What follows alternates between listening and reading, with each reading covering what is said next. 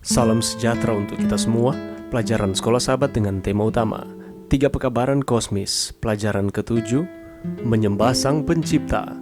Minggu 7 Mei, Teman dalam Kesengsaraan. Setelah kenaikannya ke surga, Yesus mengunjungi rasul terakhir yang masih hidup, Yohanes di Pulau Patmos, tempat Yohanes diasingkan oleh Kaisar Romawi yang kejam, Domitianus. Bacalah Wahyu 1 ayat 9. Lihat juga Matius 13 ayat 21, Kisah Para Rasul 14 ayat 22, dan Yohanes 16 ayat 33. Apakah pekabaran di sini untuk semua orang yang berusaha mengikuti Yesus di dunia ini? Terpisah dari dukungan keluarga, teman, dan komunitas Kristen, Yohanes tidak ditinggalkan sendirian dalam kesengsaraan dan kesulitan yang dia hadapi sebagai pengikut Yesus. Pelayanannya belum berakhir, kesaksiannya belum lengkap. Malaikat pengunjung dengan cahaya menyilaukan mengunjungi Yohanes di pulau yang sepi itu dan membawakan pekabaran langsung dari tahta Allah. Pekabaran dari Yesus ini harus bergema sepanjang koridor waktu selama berabad-abad. Itu adalah pekabaran pengharapan bagi setiap generasi, tetapi terutama pekabaran untuk mempersiapkan umat Allah di akhir zaman bagi kedatangan Yesus. Ini adalah pekabaran peringatan yang serius serta pekabaran dorongan akhir zaman saat kita bersiap-siap untuk menghadapi cobaan di hari-hari terakhir atau cobaan apapun yang mungkin Anda hadapi sekarang. Jika Anda memasuki gua di mana dikatakan bahwa Yohanes dikunjungi oleh malaikat surgawi dengan penglihatan nubuatan wahyu, Anda akan segera melihat kata-kata ini ditempatkan pada sebuah lempengan di pintu masuknya yang merangkum seluruh kitab wahyu. Takutlah akan Allah dan muliakanlah Dia, karena telah tiba saat penghakimannya, dan sembahlah Dia yang telah menjadikan langit dan bumi dan laut dan semua mata air. Wahyu 14 ayat 7. Masalah utama dalam kitab wahyu adalah penyembahan.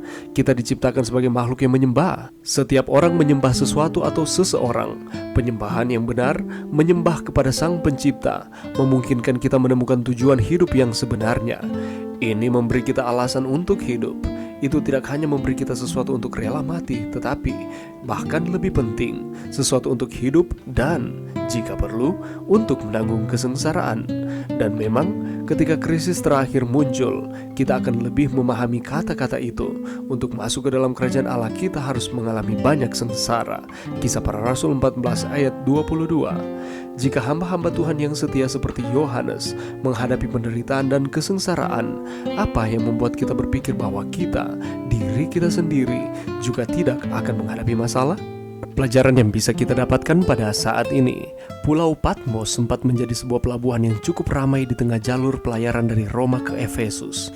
Juga merupakan tempat yang relatif padat penduduknya. Bukti ini diperkuat dengan penggalian-penggalian arkeologi yang menunjukkan adanya bangunan-bangunan megah di sana. Selain itu, Patmos juga dikenal sebagai pulau tersuci dari Dewi Artemis. Menurut sebuah legenda dalam mitologi Yunani, nama asli pulau itu adalah Letois. Artemis percaya bahwa Pulau Patmos muncul dari intervensi kekuatan lain, di mana pulau itu muncul dari laut. Tempat yang ramai ini mendadak menjadi sunyi saat pulau yang bersejarah ini jatuh ke tangan Romawi, tepatnya di bawah kepemimpinan Kaisar Titus Flavius Domitianus. Kaisar Domitianus dikenal memerintah dengan tangan besi. Karena hal ini, akhirnya para penduduknya meninggalkan pulau kecil tersebut. Di bawah kekuasaan Domitianus, Pulau Patmos dijadikan sebagai tempat pengasingan bagi para pelanggar hukum, para narapidana, termasuk Rasul Yohanes yang pada tahun 95 Masehi ditangkap dan dibuang ke Patmos karena mengabarkan Injil. Domitianus mengharuskan setiap orang memanggil dirinya Dominus et Deusa, yang artinya Tuhan dan Allah. Sementara itu, Yohanes memberitakan Injil dan mengatakan bahwa hanya Yesuslah Tuhan dan Allah. Dan hal ini memicu Kaisar Domitianus mengeluarkan perintah supaya Rasul Yohanes dibuang ke dalam penggorengan yang berisikan minyak mendidih. Akan tetapi karena pertolongan Tuhan, kita tahu bersama ceritanya Rasul Yohanes tidak mengalami luka apapun. Itulah sebabnya satu-satunya cara untuk menyingkirkan Yohanes adalah dengan mengasingkan ke Pulau Patmos.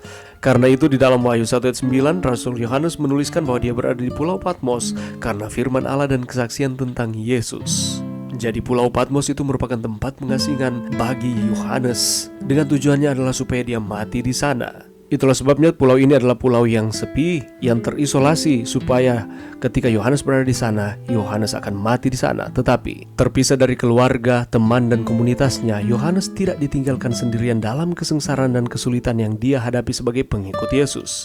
Pelayanannya belum berakhir, kesaksiannya belum lengkap, dan itulah sebabnya malaikat datang mengunjungi Yohanes dengan cahaya yang menyilaukannya, sehingga ketika Yohanes berada di pulau yang sepi itu, dia merasakan akan kehadiran Tuhan. Menurut pemimpin Romawi, Pulau Patmos merupakan tempat terbaik untuk menghukum Yohanes, tetapi tidak dengan Tuhan. Justru di tempat itulah Yohanes mendapatkan pekabaran yang luar biasa terkait dengan pekabaran akhir zaman. Itulah sebabnya firman Tuhan mengatakan, takutlah akan Allah dan muliakanlah Dia, karena telah tiba saat penghakimannya, dan sembahlah Dia yang telah menjadikan langit dan bumi, dan laut dan semua mata air.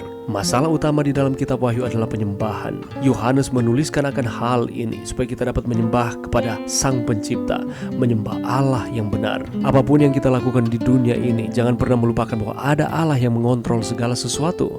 Itulah sebabnya walaupun ada krisis terakhir yang akan muncul di dalam kehidupan kita, menjelang akan kedatangan Tuhan, kita akan lebih memahami akan kata-kata itu, bahwa untuk masuk ke dalam kerajaan Allah, kita harus mengalami banyak sengsara.